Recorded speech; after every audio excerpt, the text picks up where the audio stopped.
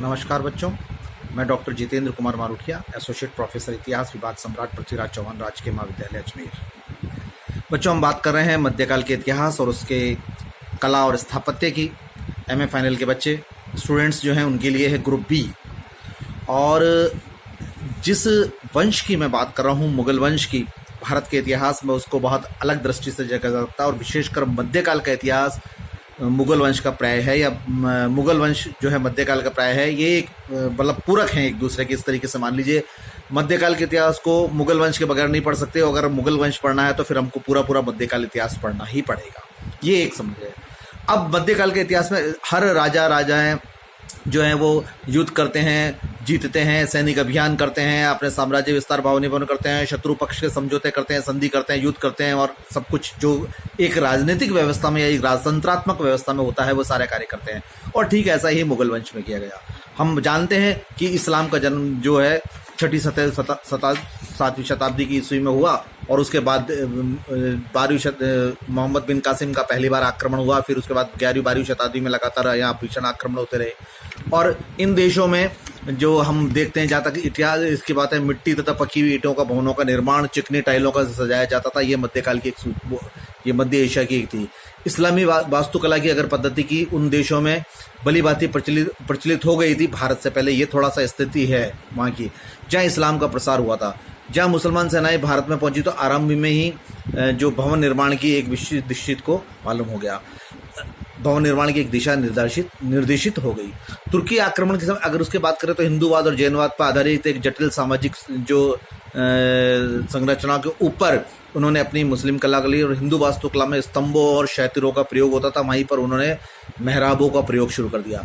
विशाल मंदिरों को देवी देवताओं की प्रतिमाओं से अलंकृत किया जाता था, और मंदिर का निर्माण पवित्र ग्रंथों और उसमें विधि के अनुसार किया जाता था। भारत में मुस्लिम वास्तुकला का विकास 3 चरणों में माना जाता है। दिल्ली सल्तनत के अंतर्गत, क्षेत्रीय अंतर्गत, और फिर मुगल शैली के अंतर्गत। अब उत्तरी भारत में जैसे मैं बता देता हूँ आपको, इलवारी, खिलजी, तुगलक, सैयद लोधी वंश और इनका सबका रहा, और इनके अनुसार अलग अलग होता रहा, जिसका हम आगे अध्ययन भी करते रहेंगे। जिन्होंने अपने अपने शासनकाल में भवनों का निर्माण किया, इन सारे राजाओं ने, इन वंशों से संबंधित सारे राजाओं ने अपने अपने काल में भवनों का निर्माण किया और फिर उस प्रकार किया। उन भवनों में मस्जिद, महलें शामिल दिया। भवन निर्माण कला का विकास हिंदू मुस्लिम कलाओं के आधार पर हुआ। ऐसा विशेषकर 14वीं शताब्दी, और देखा जाए तो तैमूर के आक्रमण के बाद, जब तैमूर का आक्रमण हुआ 14वीं शताब्दी के प्रारंभ में, उसके बाद में ऐसी परियोजनाएं की गई जिसमें देवी परंपराओं पर निर्भर किया गया। उदाहरणतः गुजरात, बंगाल, उनमें सब किया गया। और कश्मीर की स्थानीय भवन निर्माण में देवी परंपराओं को बहुत अधिक महत्व दिया गया था। जब मुगल काल 1526 में भारत में आया तो उसमें स्थितियां परिवर्तन हुई। केंद्रीकृत राज्यों द्वारा संगीत, नृत्य, चित्रकला, वास्तुकला आदि को नए संरक्षण प्राप्त हुए। मुगल शासकों की व्यक्तिगत पसंद रुचि ने भवन निर्माण कला को और अधिक प्रभावित किया। मुगल कालीन की एक अलग पहचान है, हम ये जानते हैं, और हम उसको मुगल कला नाम दे सकते हैं। यदि सतपुल काल की वास्तुकला से और उनका अलग मतलब उनको डिस्टिंग्विश कर सकते हैं, हम विभेद कर सकते हैं।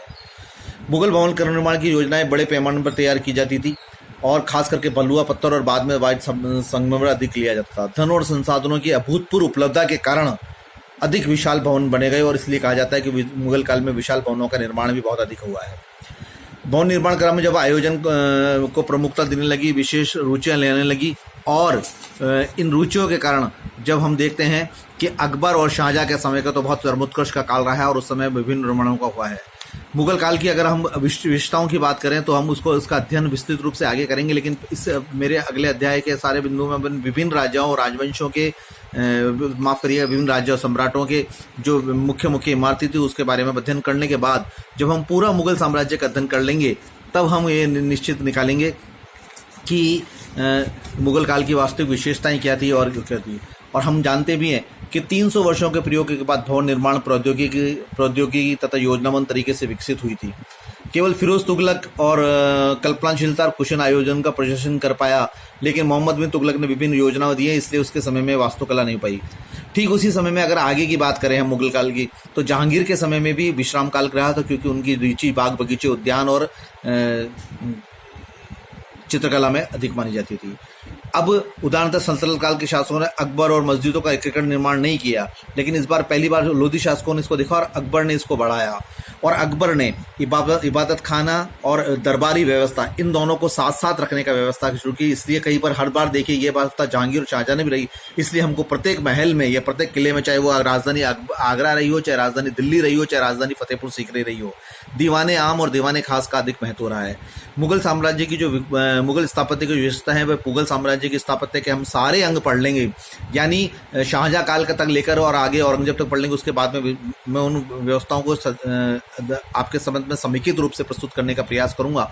लेकिन फिलहाल मैंने आपको ये बताया है कि बाबर 1526 से 1530 तक और अकबर हुमायूं 56 तक और अकबर 1605 तक, 1556 से 1605 तक और 1605 से आगे 26-27 तक जहांगीर और 26-27 से लेकर 1658 तक शाहजहां और 1658 से 1707 तक जो है औरंगजेब।